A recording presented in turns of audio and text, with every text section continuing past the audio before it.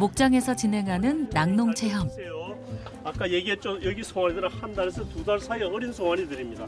태어나서 2년이 되면은 몸무게는 어린이들에게 우유가 어떻게 생산되는지 소개하는 자리입니다. 송아지가 태어나서 2년이 지나면 어미소가 되어서 송아지를 낳게 돼요.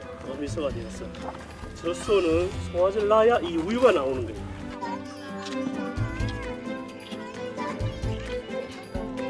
우유는 목장에서 착유한 뒤 사흘 안에 신선한 상태로 시중에 유통됩니다. 우유를 저는 되게 좋아하고 흰우유만, 다른 우유 막 이렇게 맛이 첨가된 우유 말고 흰우유만 좋아하는데 지금까지 살면서 먹어본 우유 중에 제일 맛있었어요. 국산 우유의 품질은 물론 낙농 기술까지 대한민국은 어느덧 낙농업 선진국 대열에 올라섰습니다. 세계 정상급까지 올라섰기 때문에 그런 그 비결에 대해서 다른 나라들이 굉장히 궁금해하고 1등급 원유만 생산하는 K밀크. 그 비결은 과연 무엇일까요?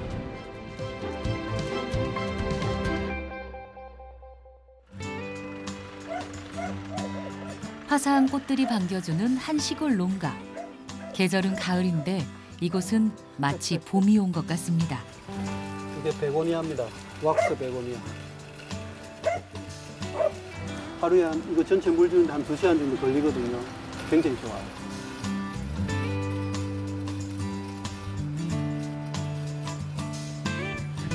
화훼 농가처럼 보이지만 이곳은 사실 목장입니다. 목장주 하현재 씨는 우사 관리를 제일 중요하게 여깁니다. 우사 바닥에 피트모스를 첨가하고 공기를 넣어주면 미생물이 유기물을 제거하고 악취를 줄여줍니다. 그래서인지 목장 특유의 냄새가 없습니다. 여기서도 냄새가 하나도 안 납니다. 냄새가 안 나요? 예, 아무 냄새가 안 나죠. 근데 파리가 없네요. 파리가 없죠. 소들이 꼬리가 다 놀고 있잖아요. 이곳은 국내 최초로 동물 복지를 인증받은 목장입니다. 젖소가 편안하고 안락하게 생활할수록 건강한 우유를 생산할 수 있습니다. 젖소는 하루에 2번 꼭 착유를 해야 하는데요. 보통 이른 새벽에 1번, 그리고 12시간 뒤 1번 더 합니다. 그러나 이곳에서는 소가 원하는 시간에 자유롭게 우유를 짠답니다. 로봇 착유기가 우유를 짜야 되는 소를 구별해주기 때문인데요.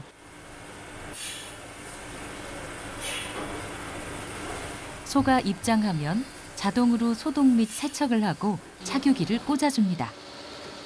착유한 지 최소 8시간이 지난 소, 그리고 착유량이 10kg 이상 되는 소만 우유를 짭니다.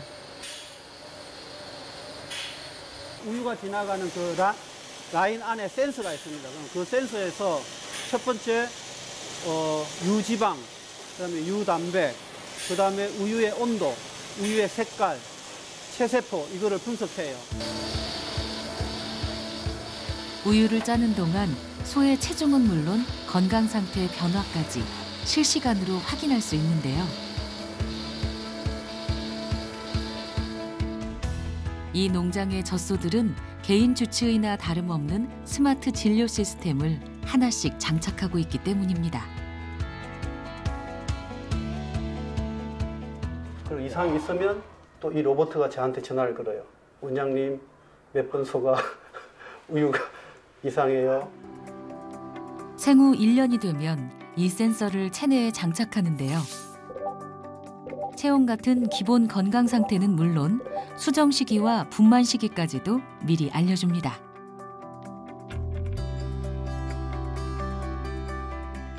그래서 여기 한 칸 한 칸이 하루예요. 24시간이에요. 반추 시간, 신부 체온, 음수 횟수, 운동량, 음수량을 기반으로 해서 소가 어떤 상태에 있는지, 발정은 왔는지, 분만을 할 건지, 혹시 뭐 유방염이 의심되는지 질병 관리 다 하는 거죠. 젖소의 상태를 실시간으로 확인하는 덕에 질병 관리도 훨씬 쉬워졌습니다. 여기 어딘가요, 선생님? 아, 예, 여기는 저희 동물병원입니다. 동물병원이라고. 그러니까 저희들은 이제 전화 오면 항상 왕집만 다니니까 여기는 저희들이 진료할 때 쓰는 약만 이렇게 있고 또 우리 수의사들 여기 와서 뭐 정리하고. 하연재 씨 본업은 수의사입니다. 젖소를 키우시던 부모님의 영향으로 소를 치료하는 수의사가 됐는데요. 그러다 보니 건강한 축산업에 관심이 생겨 목장까지 운영하게 됐답니다. 체온이 높네. 최근 럼피스킨이라는 전염병이 확산 중이라 젖소 건강 관리에 더욱 신경을 쓰고 있습니다. 뭐 배는 깨끗하네. 배는 깨끗하고 아마 설사 때문에 열이 나는 것 같아요. 다행히 생후 일주일 사이에 흔하게 겪는 단순 설사 증상입니다.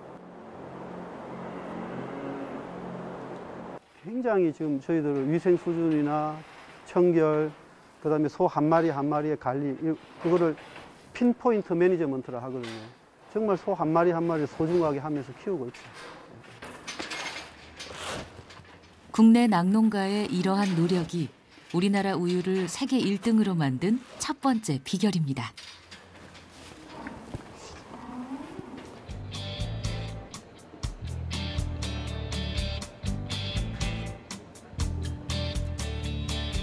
우유의 등급은 원유 1ml에 포함된 체세포수와 세균수를 기준으로 나뉩니다.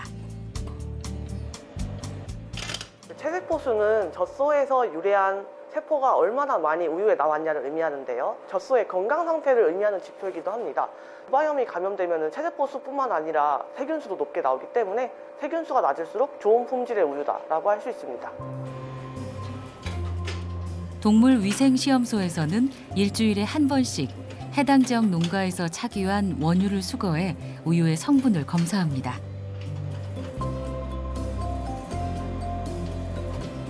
유지방은 4.3% 이상으로 아주 우수하게 나왔고 여기 체세포 수도 다 1등급 기준이 20만 미만으로 잘 나온 것을 확인할 수 있습니다. 국산 우유의 품질 기준은 세계적인 낙농 국가인 네덜란드보다 엄격합니다. 원유 1ml당 체세포 수가 20만 개 미만, 세균수는 3만 개 미만일 때 1등급 우유로 인정합니다.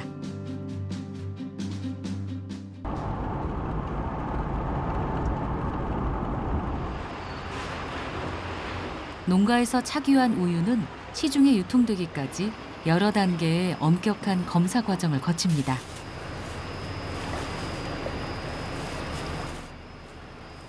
그중 가장 중요한 검사가 우유의 신선도, 그리고 알코올이나 항생제 같은 물질의 함유 여부를 확인하는 검사입니다. 잔류물질, 가수 검사, 그리고 수정, 우리가 당했는지 세균 검사와 체세포 검사가 같이 병행하고 있습니다. 이 라인에 잔류물질 남아 있으면 선이 안 나가요. 선이 안 나가요. 우유의 안전성이 확인되면 해로운 미생물을 살균한 뒤 시중에 유통됩니다. 이러한 모든 과정이 엄격하고 철저한 위생관리 하에 진행됩니다. 일단은 정부 정책 자체가 일단 까다롭고요. 소비자 수준도 높기 때문에 그런 우유가 계속 유통이 되고 있다고 생각을 합니다. 기록에 의하면 우리나라는 고려 말기부터 우유를 먹었다는데요. 동의보감에도 우유로 만든 죽이 위 속의 열을 없앤다는 기록이 있습니다. 멀리 미국으로부터 100여 마리의 젖소가 지난 7일 부산항에 들어왔습니다. 예로부터 고급 식재료였던 우유가 대중화되기 시작한 건 1960년대. 우리나라에 홀스타인 젖소가 도입된 이후입니다. 생산 공급하게 되면 연간 400만 달러의 외화 절약을 할 수 있게 됐다고 합니다. 젖소 사용 농가가 증가하면서 우유 생산량이 늘고 본격적으로 시중에 보급되기 시작했죠. 이로 인해 국민의 영양 상태가 개선된 것은 물론 체력과 체위도 향상됐습니다.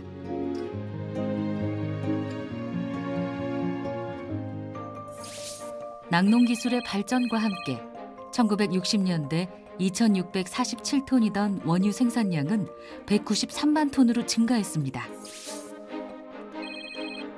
젖소 한 마리당 연평균 산유량도 2배나 증가했죠. 관리를 잘해가지고 유량을 증대시키는 데는 한계가 있습니다. 왜냐하면 바탕이 좋아야 되거든요. 그 바탕을 좋게 하는 게 개량 사업이고 유전자를 개선하는 사업입니다.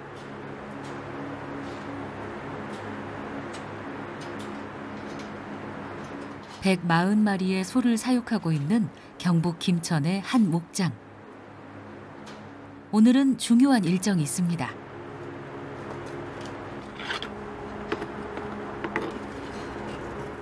냉동고에서 꺼낸 건 젖소 정액.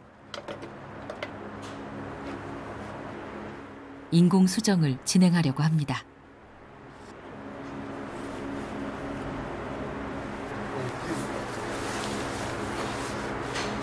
얘네가 꽂으셨는데 좀 왜 꽂으신 거예요? 온도가 떨어지면 안 되니까, 예, 그래서 최대한 온도가 덜 떨어지게 하기 위해서 제 체온하고 가까운 부분에 등에 이렇게. 정액의 온도가 떨어지면 정자의 활동성이 떨어져 수정에 실패할 수도 있습니다. 얘가 안 묶이네. 작은 충격이나 온도 변화에도 정자가 손상을 입을 수 있기 때문에 정액을 해동시키면 15분 이내에 인공 수정을 해야 합니다.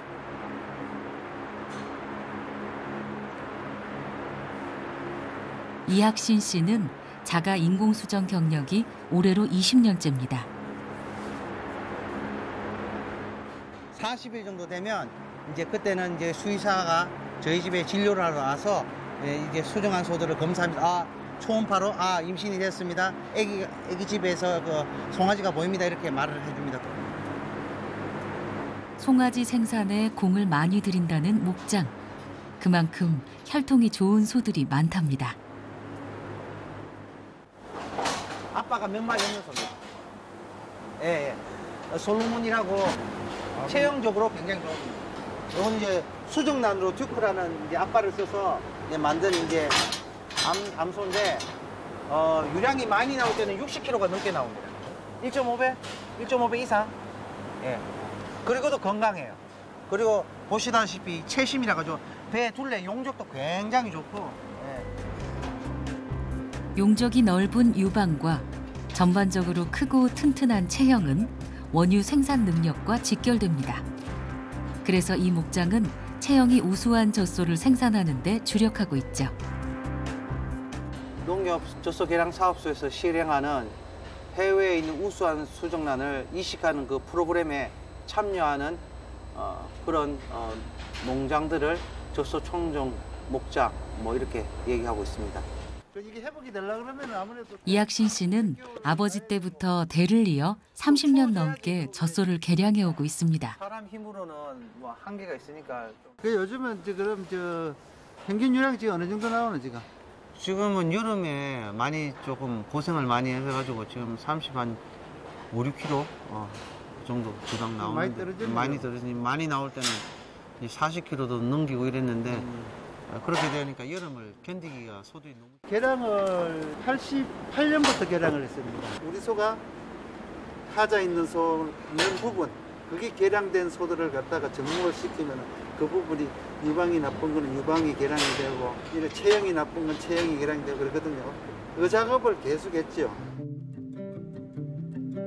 이 목장은 젖소의 체형 상태를 통해 형질 개선을 확인하는 젖소 선형 심사에 매년 참가해 우수한 성적을 거둬왔습니다.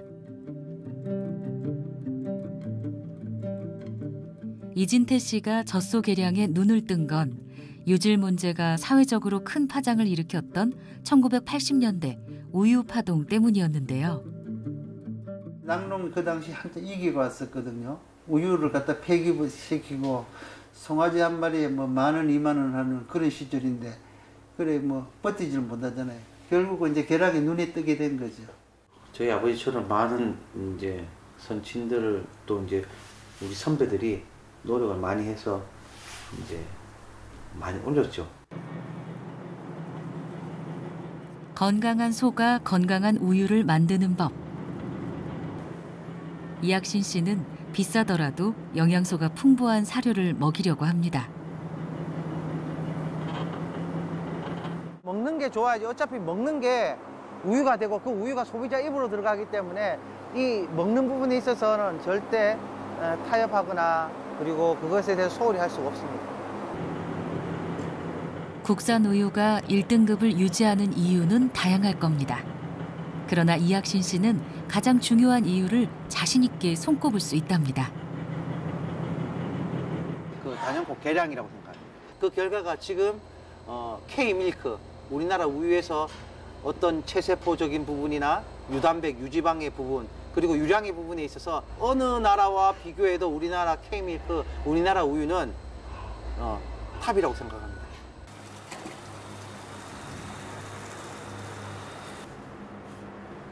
아버지가 시작한 젖소 개량 사업을 이어받은 건 1등 젖소, 1등 우유를 생산한다는 자부심 때문이었습니다. 저쪽 갓 태어난 애들을 모유 먹이고 한 일주일 정도 있으면 이제 분유로 갈아탑니다. 자, 먹자. 개량한 송아지가 태어나면 암놈은 농가에서 소유하고 수놈은 젖소 개량 사업부로 보냅니다. 소 같은 경우에는 이제 국내산 시수소로 얘 지금 순놈이거든요. 그래서 얘는 잘 길러서 농협 젖소개량부에 순놈으로 이제 정액 채취용으로 이제 사가게 됩니다.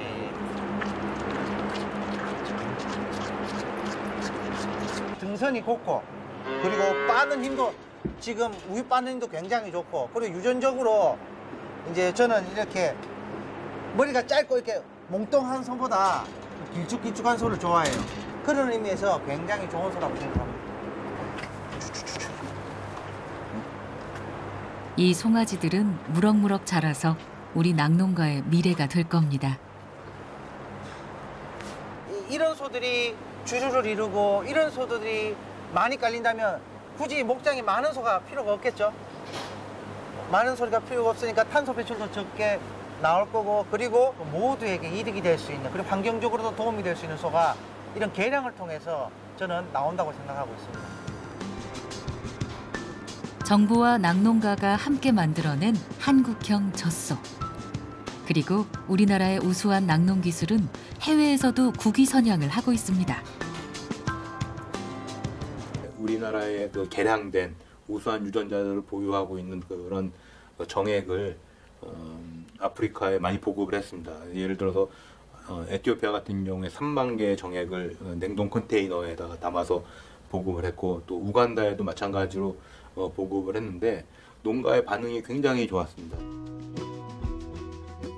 국내 한 대학에서는 에티오피아의 기아 문제 해결을 돕고자 젖소의 번식과 성장 관리, 우유 품질 관리에 대해 현지에서 교육을 진행하기도 했습니다. 전 세계에 완전식품 두 가지가 있는데요. 계란하고 우유가 있습니다. 왜 그 두 가지가 완전식품이냐면 둘 다 그 자손을 갖다 키우기 위해서 생산되는 거잖아요. 그래서 우유는 그 단순히 이게 하나의 식품이 아니라 굉장히 건강하게 자식적이 그 어린 세대들을 길러낼 수 있는 굉장히 좋은 물질이거든요.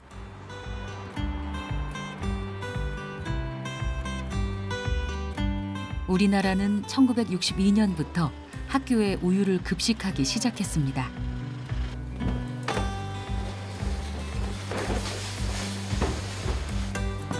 성장기 아이들에게 필요한 필수 영양소도 공급하고 낙농 산업의 안정적인 발전을 돕기 위해서였죠. 저희는 학교 배송 그리고 낮에는 그 카페에서 요즘 라떼용 우유 많이 나가고 있고요. 그리고 뭐 가정 배송도 일부 하고 있습니다.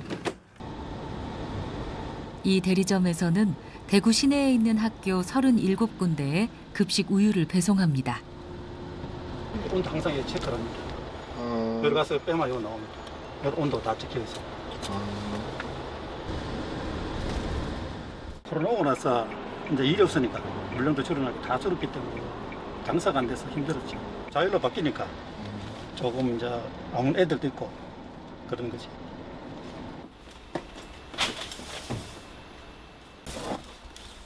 코로나19로 등교 중지가 시행되던 2020년부터 우유 급식률이 크게 떨어졌습니다. 소독입니다.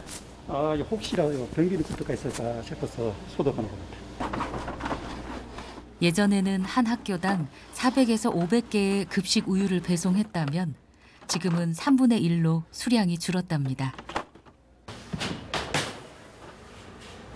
아이고, 안녕하세요. 우유 온도 체크하셨죠? 예, 온도. 지금 문 열었다 닫으면서 온도가 나오고 있고요. 잠시만 오늘 들어온 우유 확인해 보겠습니다. 색깔, 맛 모두 이상 없습니다.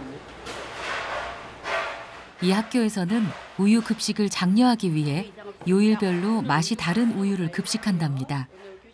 학생들한테 또 다양한 우유를 맛보여 주는 게 학생들에게 더 유익하고 도움이 되겠죠. 학생들이 매일 칼슘 우유만 마신다면 또 맛이 어제 맛이 오늘하고 똑같고 내일 똑같으니까 또 다른 맛이 온다면 내일을 기다리는 내일은 무슨 우유가 들어와 그러면서 기다리는 느낌이 있겠죠. 그래서 매일 다양한 우유가 들어가고 있습니다. 이러한 노력 때문인지 이 학교에는 우유 급식을 신청하는 학생들이 많다는데요. 그 덕에 지난 9월 우유 급식 최우수 학교로 선정되기도 했습니다. 학생들은 매일 아침 신선한 급식 우유와 함께 하루를 시작합니다. 우유를 먹으면 어떤 점이 좋을까요? 맞아요. 첫 번째 뼈가 튼튼해져요. 그리고 여러분들 키 크는데 성장판이라는 거 아나요? 성장판? 우유를 마시면 성장판에 활성화돼서 키가 쑥쑥 자라요. 하루에 우유 2컵이면 초등학생에게 필요한 칼슘 섭취량을 채울 수 있습니다. 우유 왜 좋아해요? 키 커지고 근육 많아져서. 저 어제는 우유 한 통을 한 방에 마셨어요. 맛있어서요. 아침에 한 번, 저녁에 한 번 많이. 우리 학교 같은 경우에는 반에 20명 중에 거의 17명, 18명이 이제 우유를 먹고 있습니다. 그래서 학부모들의 우유에 대한 그런 관심이 굉장히 높고 이 영양소가 아이들한테 도움이 된다는 이런 생각을 가지고 계신 것 같아요. 우유 한 컵에 칼슘이 한 100mg 정도 들어있는데요. 사실 단백질은 한 3g 정도밖에 들어있지는 않습니다. 하지만 이 3g의 단백질은 생체 효율이 또 높기 때문에 울 속에 들어있는 이제 칼슘이라든지 또 이제 단백질 그리고 이제 비타민 D, 리보플라빈 이런 다양한 영양소들이 아이들의 영양 균형에 도움이 되고 또 이제 뼈 건강에도 도움이 될 것이라고 생각되었습니다.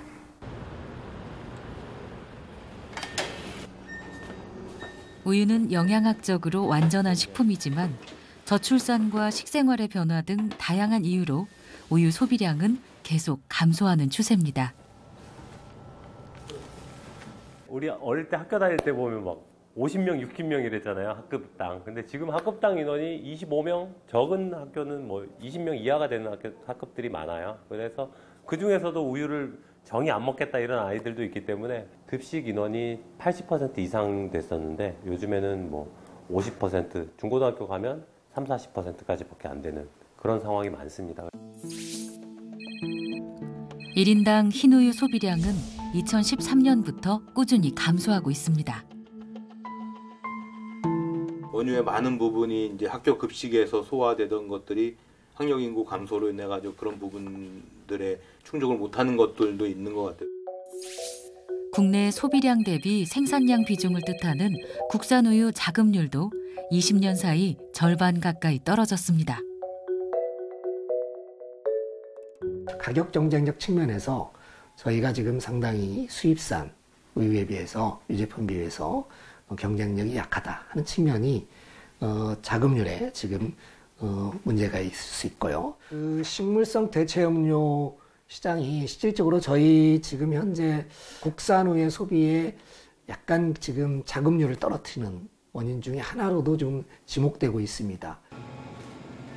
원유 자급률이 떨어질수록 수입산 멸균류에 의존하게 되고 장기적으로 식량 안보도 유지할 수 없게 됩니다.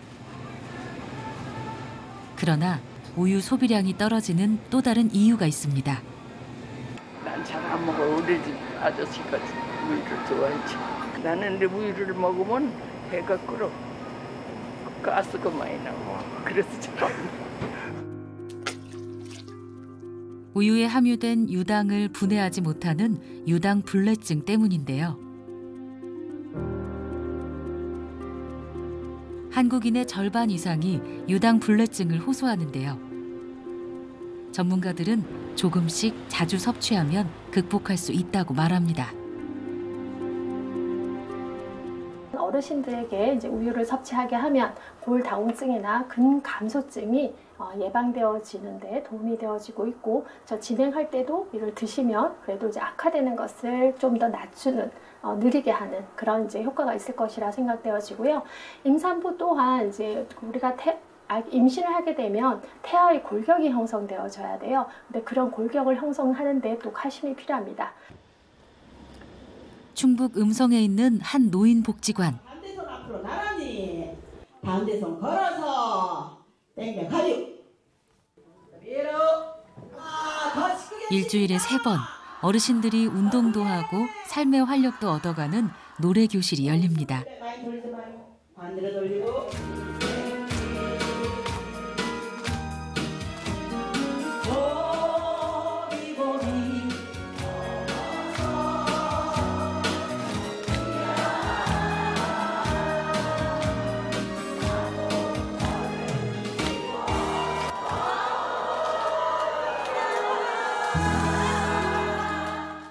놀이교실을 며칠만 안 오면 머리가 아파요. 여기 왔다 가야 일주일이 즐겁지. 오늘은 노래 교실이 끝나고 건강 교실도 열렸습니다. 우리 몸의 흡수가 잘 되는, 칼슘을 흡수가 잘 되게 하는 두 가지 제품 중에 무엇일까요? 아시면 정답! 어머니, 우유! 정답! 박수 한번 쳐주시고.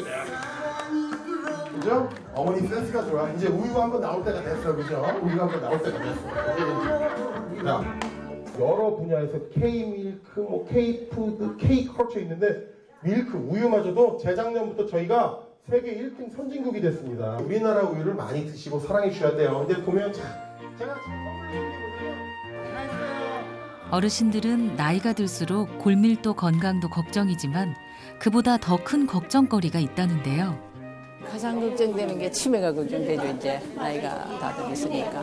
나는 또 우리 가족력도 있고 우리 친정엄마가 또 치매를 앓으셨어요. 그래서 그게 걱정이죠. 치매 안 걸리려고 이렇게 열심히 나와서 운동하고 춤추고 노래하고 다 하잖아요.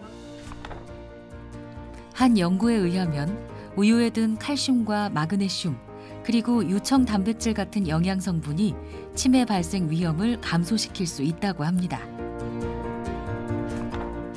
노인들이 하루 3컵씩 우유를 꾸준히 마시면 뇌 속 항산화 물질인 글루타티온 농도가 증가해 뇌 건강을 지킬 수 있다는 연구 결과도 있습니다.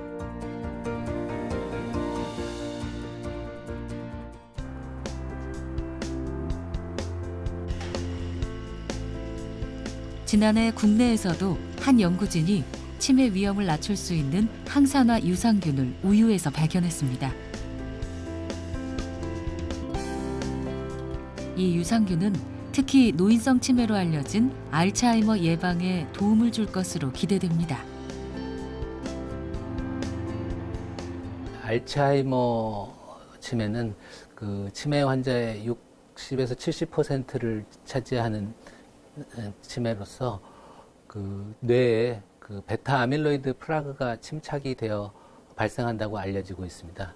그래서 저희가 분리한 락티카제이 바실러스 카제이 이 균주를 섭취를 하면 그 항산화 활성에 의해서 세포 보호 효과를 나타내어 치매에 도움이 될 것으로 기대하였습니다. 이 유산균주를 모델 동물에 급여한 결과 최고 41.7%의 억제 효과가 있음을 보였고 또 유산균을 넣어서 만든 발효유 치즈도 30% 이상의 높은 억제 효과를 보였습니다.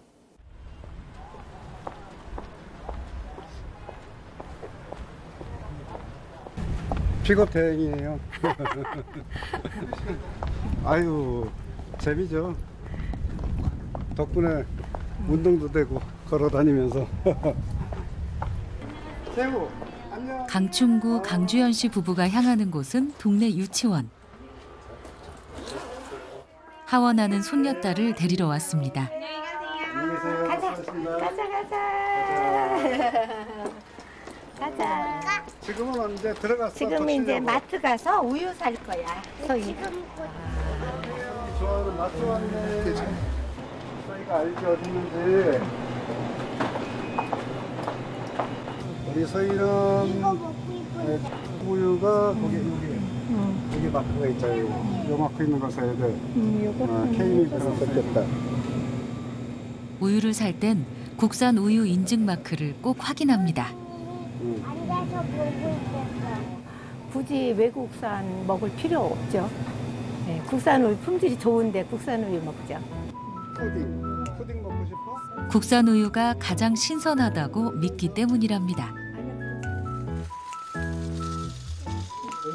소희 우유. 이 댁에서는 할아버지부터 손녀까지 3대가 챙겨 먹는 가장 중요한 간식이 바로 우유라는데요. 우유 먹고요. 짠. 누가 잘 먹나? 자, 누가? 천천히. 천천히 해야지. 아이고. 천천히. 아이고, 할아버지. 우유 좋아해. 맛있으니까요, 그래. 맛있는가요? 요리할 때도 가끔 우유를 씁니다. 달걀찜이야. 애기도 그렇고 저희는 또 달걀찜을 자주 해 먹는데 다른 집은 이렇게 물을 붓는 것 같더라고요. 근데 저는 우유를 넣어요. 몸에 더 좋으라고. 비교적 간단하긴 하지만 온 가족이 좋아하는 음식이라는데요.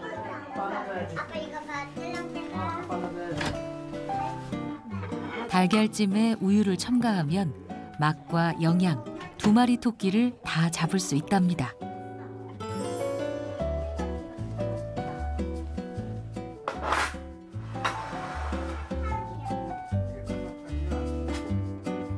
이 댁에선 밥을 먹을 때도 우유가 빠지지 않는다는데요.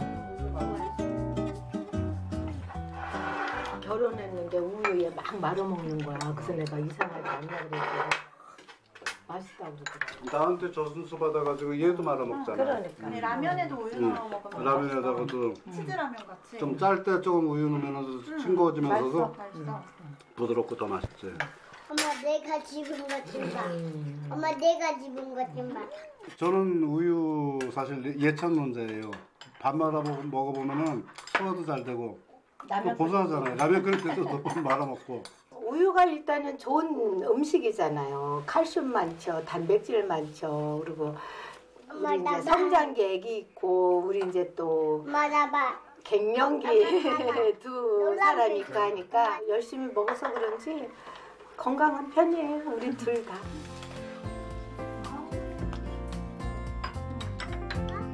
우유 단백질이 면역력 향상을 돕는다더니 그래서인지 환절기에도 잔병치레 없이 가족 모두 건강하답니다.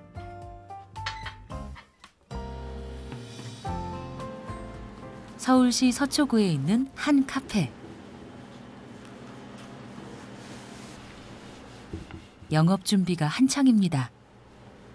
아침에 준비할 게 많아요. 와플 반죽도 하고 저희가 빙수 재료 준비도 하고 있습니다.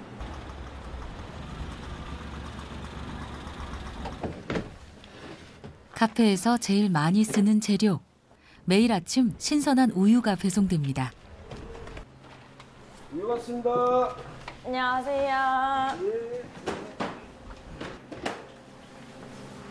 식재료는 가장 좋은 걸로만 쓰는데요. 우유도 마찬가지죠. 저희는 국산 원유 100% 우유를 쓰고 있습니다. 나래 씨가 부모님과 함께 운영하는 카페는 빙수가 맛있기로 입소문이 났습니다. 매일 아침 빙수용 얼음은 물론 연유까지 국산 우유로 직접 만들어서 사용합니다. 시중에서 파는 그 연유를 사서 해보니까 맛 차이가 너무 나가지고 저희들이 직접 여기서 이제 제조를 해서 만들고 이렇게 하고 있습니다.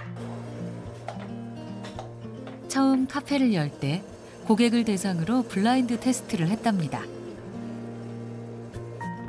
국산 우유와 수입산 멸균 우유로 만든 음료로 말이죠.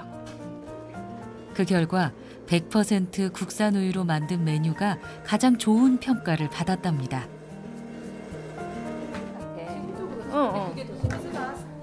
감사합니다. 와. 솔직히 가격을 생각하면 부담스럽기도 합니다.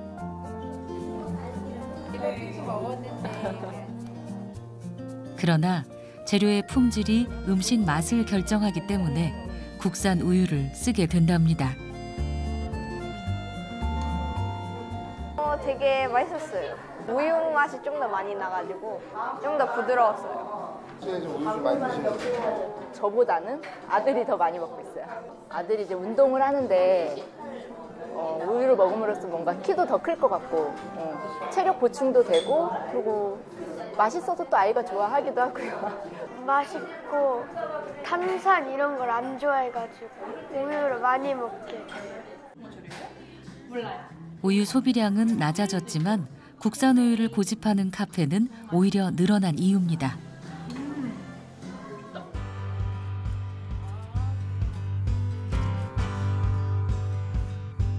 포천에 있는 한 농가. 장미양 씨가 작업을 시작하기 전 위생복을 정갈하게 갖춰 입습니다. 이곳은 수제 치즈를 만드는 작업장인데요. 아침서부터 우유가 들어와서 지금 살균을 거치고 이제 유산균이 들어갈 때가 됐어요. 목장을 함께 운영하고 있어서 매일 그날 아침에 짠 신선한 우유로 치즈를 만듭니다.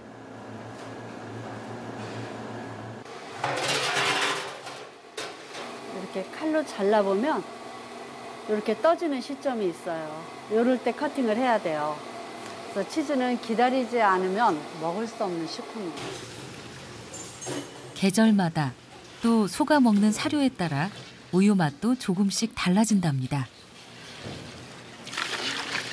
그래서 수제 치즈 농가에서는 계절별로 색다른 치즈 맛을 느낄 수 있답니다. 모양이 잘 잡히니까. 오늘 만든 까망베르 치즈는 숙성 기간에 따라서도 맛과 질감이 달라지는 치즈입니다. 미양 씨가 치즈를 만들게 된 건 유당불내증 때문이었다는데요. 저는 참고로 우유를 못 먹는 사람이었는데 유제품을, 발효식품을 오래 먹다 보니 우유도 먹을 수 있는 사람이 되었다는 거죠. 스스로 체험한 몸의 변화를 많이 알리고 싶었답니다. 자, 우리 오늘 간식을 식사처럼. 좋은 음식이 약이라는 말도 있죠. 우유의 영양소가 그대로 담긴 치즈를 꾸준히 먹다 보니 종종 앓던 속쓰림도 없어지고 소화도 더 잘 된답니다. 이게 삼주된 거라고? 삼주된 거야. 이거. 까만베르도 삼주된 거. 지난주보다 더 맛이 들었어? 치즈와 우유의 효능을 체감하면서 온 가족이 우유 홍보대사가 됐답니다. 이것도 바로 꺼내서 먹을 때 하고 또 꺼내놨다 먹을 때 하고 또 맛이 다르잖아. 까망베르가 젊은 친구들에게 소비되기도 좋고 지금 계속 테스트. 유당불내증이 있는 사람도 치즈나 요구르트는 문제 없답니다. 근데 요구르트나 치즈는 그 유산균이 분해를 시켜줬어요. 분해를 시켜줬기 때문에 누구나 먹어도 웬만해서는 거의 배앓이나 탈이 없죠. 미양 씨는 국산 우유를 마셔야만 하는 이유를 자신 있게 말할 수 있다는데요. 제가 텃밭에서 뽑아 먹는 야채하고 마트에서 2, 3일 걸려서 요리해 먹는 야채하고는 맛이 다르거든요. 원유도 마찬가지예요. 바로 생산해서 가공을 들어간다면 그 신선함이 제품 속에 묻어 있어요.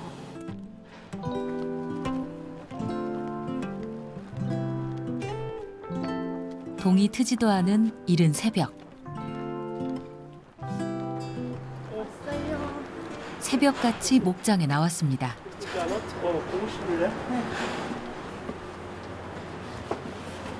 목장 일을 시작할 때 각오한 일이긴 하지만 새벽 출근은 여전히 힘듭니다.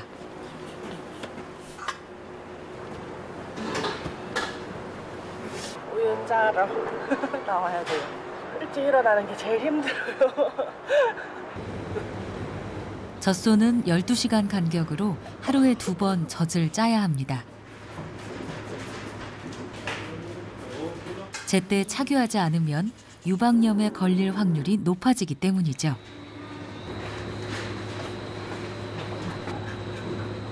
착유를 시작하기 전 간이 검사를 통해 혹시나 유방염에 걸리지는 않았는지 확인부터 합니다. 좋아. A급이네. 좋았어. 됐어. 이제 매일 저희들 한 번씩 해보죠. 이 소의 건강 상태를, 건강 상태를 우유를 나타나니까. 부모님이 30년 넘게 꾸려온 목장에 10년 전부터 뛰어든 정혜경 씨는 지금도 아버지께 배우면서 일합니다. 처음에는 이게 다리가 있으니까 옆에 발로 차일 수도 있고 막 꼬리도 차고 그래서 뭐 꼬리가 눈에 들어간 적도 있고 되게 힘든 게 많았는데 이제는 이제 소들이랑 저랑 호흡도 잘 맞고 또 그 소들 어릴 때부터 봐왔기 때문에 무섭거나 그런 건 없어요. 공들여 키운 젖소가 첫 착유를 하는 날은 대견한 마음도 듭니다. 제일 막내. 근데 이쁘게 생겼지. 태어나서 한 14개월령부터 이제 수정, 임신을 할 수 있어요. 그럼 그때 임신이 되면 평균 24개월령에 이제 출산을 하게 되고 출산을 하게 된 24개월부터 우유를 짤 수 있어요. 젖소 한 마리가 태어나서 처음 우유를 짜기까지 2년을 길러야 합니다. 그 기간 동안 건강하게 키우는 것도 중요하지만 사료며 축사 위생, 전염병 관리도 철저히 해야 합니다. 반대 많이 했죠. 저희들도 힘들었는데 특히 아빠였고 남자였을 때 힘들었는데 여자가 과연 힘든 일을 할 수 있을까 걱정을 많이 했어요. 소는 초이 먹여야 된다. 네. 네. 송아지를 키우는 것도 아기 키우는 것과 마찬가지입니다. 송아지도 어미소에게서 나온 초유를 먹어야 면역력이 강해집니다. 옷도 이쁘게 입었대 얘는. 얘가 추석날 태어났어요. 추석날이니까. 그래서 이름이 한가위라네요. 제가 출산하고 나니까 진짜 한 100배, 1000배는 더 송아지가 귀엽게 느껴져요. 우유 먹는 거 자체도 또 달라 보이고 이렇게 성장하는 거 모든 게 저희 진짜 애기들 보는 것 같은 기분. 자식 자랑은 팔불출이라고 하죠.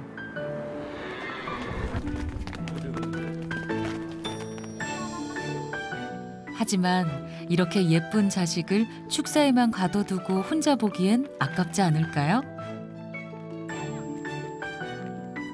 오늘 농장에 오는 손님들에게 자랑할 겁니다.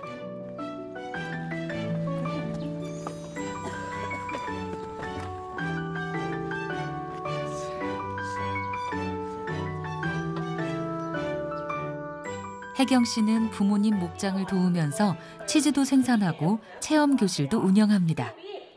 우유는 누구에게서 나오지? 소 맞아. 소 중에서는 무슨 소? 맞아, 소에게서 나와요. 목장만 열심히 운영한다고 해서 우유 소비량을 증대시킬 수 없다고 생각한 혜경 씨는 직접 생산한 우유를 가공하고 체험 관광까지 연계한 6차 산업에 눈을 돌렸습니다. 먹어봐. 주원이도 끝에 해서 먹어봐. 잘한다. 손 조심하고 손 조심. 아이고 잘하네. 그 덕에 할 일은 10배로 늘었지만 착유만 해서는 인건비를 감당할 수 없었던 낙농가 소득도 그만큼 늘었습니다. 그러나 더 큰 소득은 따로 있습니다. 맛있어요. 신선한 것 같아요. 원래 우유를 잘 안 먹는 아이인데 와서 먹는 거 보니까 좀 신기하네요. 자, 1등급 우유를 생산할 미래의 꿈나무들도 소개해야겠죠? 아까 얘기했죠. 여기 송아지들은 한 달에서 2달 사이 어린 송아지들입니다. 태어나서 2년이 되면 몸무게는 무려 600kg 가까이. 그렇죠. 송아지가 태어나서 2년이 지나면 어미소가 되어서 송아지를 낳게 돼요. 어미소가 되어서. 젖소는 송아지를 낳아야 이 우유가 나오는 거예요. 이거 봐봐. 우유가 맛이 없다던 아이들도 우유가 어떤 과정을 거쳐서 생산되는지 듣고 가짜낸 우유를 맛보고 나면 생각이 바뀐답니다. 저 유치원에서 매일 먹어요. 이제 점점 더 이제 우유를 더 잘 먹어야 된다는 그런 이제 계기를 또 만들어주는 것 같고 아주 좋습니다. 우유를 저는 되게 좋아하고 흰 우유만, 다른 우유 막 이렇게 맛이 첨가된 우유 말고 흰 우유만 좋아하는데 지금까지 살면서 먹어본 우유 중에 제일 맛있었어요. 국산 우유라서 믿을 수 있다는 말을 들을 때 젖소를 키우는 보람을 느낍니다. 우리나라 우유 그리고 우리 소들한테서 나오는 이제 유질에 대해서 되게 긍지와 자부심을 많이 가지게 됐고요. 건강한 소, 행복한 소에게서 좋은 원유가 생산된다는 그 생각 하나만 가지고 쭉 열심히 한다면 뭐든 다 우리는 할 수 있다고 생각합니다.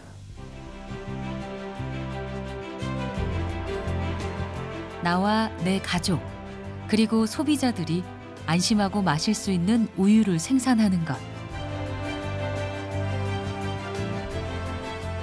이것이야말로 오늘날 1등급 국산 우유를 만든 비결이 아닐까요?